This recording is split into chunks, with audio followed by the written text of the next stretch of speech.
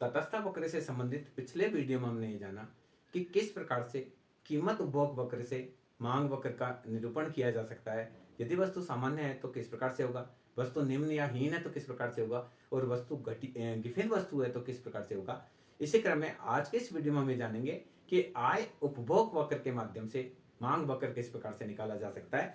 सामान्य रूप से जब हमने आय प्रभाव पढ़ा था तो ये पढ़ा था कि सामान्य वस्तु के लिए आय प्रभाव धनात्मक होता है, अर्थात सामान्य वस्तु आय बढ़ने पर अधिक खरीदी जाती है और आय के कम होने पर कम खरीदी जाती है। जबकि घटिया वस्तु में आय प्रभाव ऋणात्मक होता है, अर्थात आय कम होने पर उपभोक्ता उस वस्तु की मात्रा ज्यादा खरीदता है, और जब आय बढ़ जाती है तो वह घटिया वस्तु के स्थान पर अच्छी वस्तु प्रयोग में लेता है, तो आय बढ़ने के साथ वह घटिया वस्तु का प्रयोग कम करता है। तो आज के इस वीडियो में हम चित्र के माध्यम से देखेंगे कि सामान्य वस्तु में आय बढ़ने पर उपभोक्ता उसकी मात्रा ज्यादा खरीदता है, पर घटिया वस्तु में आय बढ़ने पर उसकी मात्रा कम खरीदता है। तो हम दोनों वस्तु को यहाँ लेंगे।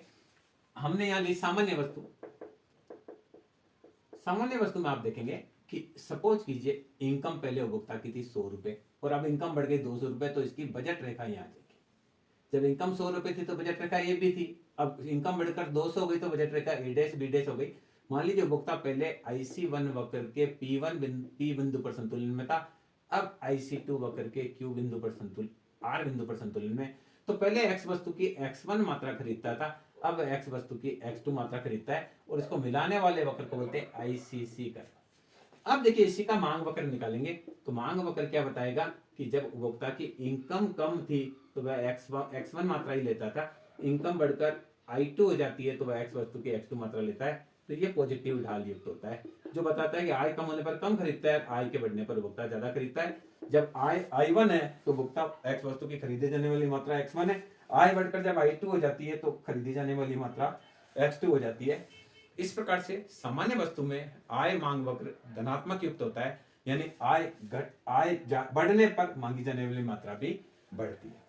अब अगर हम घटिया वस्तु की बात करें, जो निम्न श्रेणी की वस्तु होती है, ये उपभोक्ता की पहले आय है, आय बढ़ने पर ये दूसरा बजट रेखा हो गई, पहले बजट रेखा थी ए बी, आय बढ़ने पर बजट रेखा हो गई ए डैश बी डैश।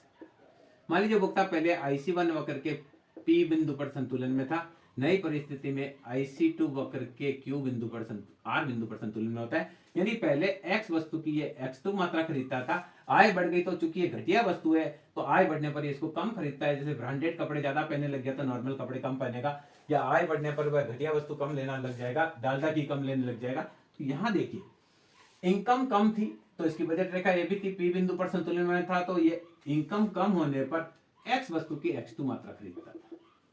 जब उपभोक्ता की आय बढ़कर I2 हो जाती है तो ये X वस्तु की पहले की तुलना में कम मात्रा खरीदने लग जाता है। तो जो ये वक्र है, ये वक्र धनात्मक ढाल, ये ऋणात्मक ढाल युक्त होता है, जो ये बताता है कि आय कम होने पर उपभोक्ता उसकी मात्रा ज्यादा लेता है, आय ज्यादा होने पर कम लेता है। तो जो घटिया वस्तु होती है, घटिया वस्तु में आय मांग वक्र जो ICC कर्व है वो पीछे की तरफ जाता हुआ होगा।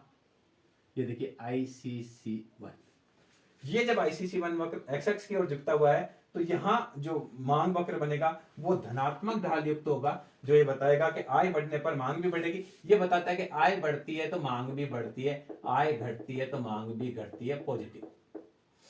ये बताता है कि आय अगर बढ़ेगी तो वह मांग कम करेगा घटिया वस्तु, इसलिए आय घटेगी तो घटिया वस्तु ज्यादा मांगेगा, आय घटेगी तो वह ज्यादा मांगेगा। तो घटिया वस्तु में आय मांग वक्र ऋणात्मक होता है, अर्थात आय में होने वाले परिवर्तन के साथ मांगी जाने वाली मात्रा में आय बढ़ने पर कम होती है, आय घटने पर ज्यादा होती है। इस प्रकार से मैं समझता हूं इस वीडियो के माध्यम से आप समझ पाए होंगे कि किस प्रकार से आय भोग वक्र के माध्यम से मांग वक्र का निरूपण किया जा सकता है। धन्यवाद।